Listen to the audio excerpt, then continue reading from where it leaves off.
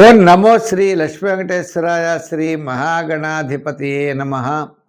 ఉగ్రం వీరం మహావిష్ణుం జ్వలంతం సర్వతోముఖం నృసింహం భీషణం భద్రం మృత్యోర్మృత్యుర్నమామ్యహం. ప్రేక్షకుల నమస్కారాలు తెలియజేస్తూ మనం ఈ వారం రాశి ఫలాలు తెలుసుకుందాం.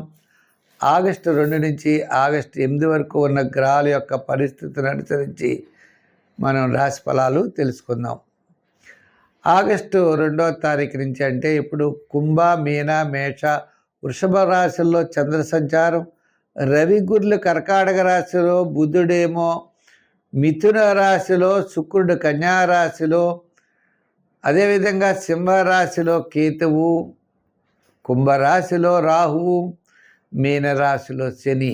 ఈ విధమైనటువంటి కుజుడు ప్రస్తుతం మనకి వృషభ రాశిలో ఉన్నాడు, తర్వాత మిథున రాశిలోకి రాబోతున్నాడు.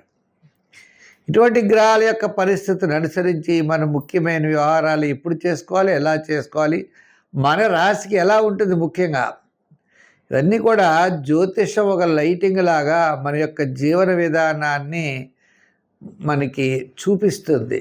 ఒకవేళ మనకి అనుకూలంగా లేకపోతే మనం జాగ్రత్తలు తీసుకోవాలి.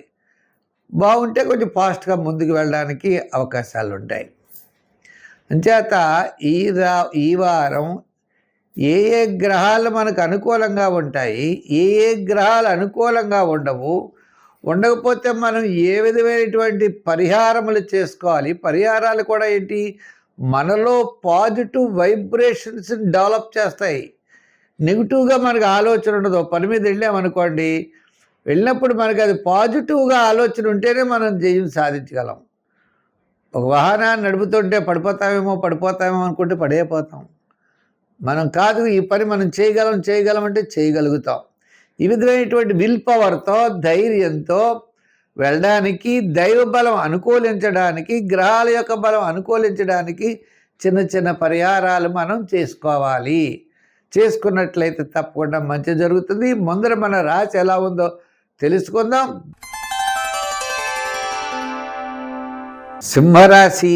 సింహరాశి వారికి జాతకం పెద్దగా అనుకూలంగా లేదు. అంటే క్యాలిక్యులేషన్స్ ఒకటి కరెక్ట్గా ఉంటాయి. బుధుడు ఉన్నాడు కాబట్టి, మళ్ళా కుజుడు రాబోతున్నాడు. స్థిరాస్తి డెవలప్మెంట్ వ్యవహారాలు కొద్దిగా కదలికలు ముందుకు బయలుదేరే అవకాశం ఉన్నది. అదేనా 1వ తారీఖు తర్వాత. ఏదైనా మనం అనుకున్నాం, ఇప్పుడు 2 to 8 అనుకుంటున్నాం కదండి ఈ వారం. అంచేత ఈ వారంలో మనకి 5-6 తారీఖుల తర్వాత ఈ యొక్క కదలికలు బయలుదేరి స్థిరాస్తి డెవలప్మెంట్స్ కాస్త అనుకూలత ఉంటుంది. సోదర వర్గ సంబంధమైనవి అనుకూలంగా ఉంటాయి. ఈ యొక్క సింహరాశి వారికి రాశిలో కేతువు, ద్వితీయంలో శుక్రుడు నీచబడి ఉన్నాడు. నీచ స్థానంలో శుక్రుడు ఉండడం, వినోదాల్లో పెద్దగా పాల్గొలేరు. సకాలంగా భోజనం చేస్తారా లేదా కష్టం, కొద్దిగా వ్యయం జరిగేటువంటి అవకాశాలు ఎక్కువ. అంతేవిధంగా మరి మిగిలిన గ్రహాల యొక్క బలాబలాలు కూడా సామాన్యంగా ఉన్నాయి. రాశిలోనే కేతువు అంటే కొంచెం క్లారిటీ లేకపోవడం, కొద్దిగా చికాకులుగా ఉండడం ఉంటుంది. ఏదైనప్పటికీ కూడా సింహరాశి వారికి ఈ వారం మిశ్రమైనటువంటి ఫలితాలు కనపడుతున్నాయి. ఉద్యోగపరంగా కూడా పని ఎక్కువ ఉంటుంది. వృత్తుల పరంగా చూస్తే మీకు రావాల్సిన ధనం చేతికి అంతంత మాత్రం వస్తుంది. వ్యాపారంగా మిశ్రమైనటువంటి ఫలితాలు కనపడుతున్నాయి. మరి ఇటువంటిప్పుడు మనకి ఏ విధంగా మంచి ఫలితాలు ఉంటాయి అంటే, పుణ్యక్షేత్రాలని దర్శించడం మంచిది. ఇంకా రెండవది ఆధ్యాత్మికమైన చింతన పెంచుకోవడం.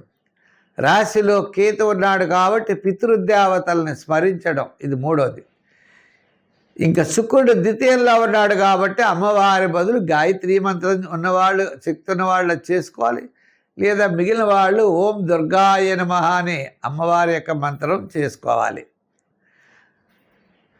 ఏదైనప్పటికీ ఈ యొక్క సింహరాశి వారికి అష్టమ శని ప్రభావం కూడా ఉన్నది. అష్టమంలో శని ఉండడం వల్ల సంతృప్తికరమైన లైఫ్ ఉండదు. ఏదో రకమైనటువంటి అసంతృప్తి, చికాకు, ప్రతి పని కూడా మనం ఇలా అనుకుంటే అలా జరుగుతూ ఉండడం, లేదా మనం సహాయం చేస్తారని అనుకుంటే వాళ్ళు చేయకపోవడం, మన ఆర్థికంగా మనకి డబ్బు వస్తుందంటే రాకపోవడం, ఇలా ఉంటుంది కాబట్టి తప్పనిసరిగా శనికి కూడా తైలాభిషేకాలు చేయడం చాలా మంచిది. శనివార నియమం పెట్టుకోండి. శనీశ్వరుడు తైలాభిషేకాలు చేయండి. సంఖ్యల్లో 1, రంగుల్లో తెలుపు. మనం చెప్పినటువంటి పరిహారాలు చేయండి. కాస్త అనుకూలమైన ఫలితాలు ఉంటాయి.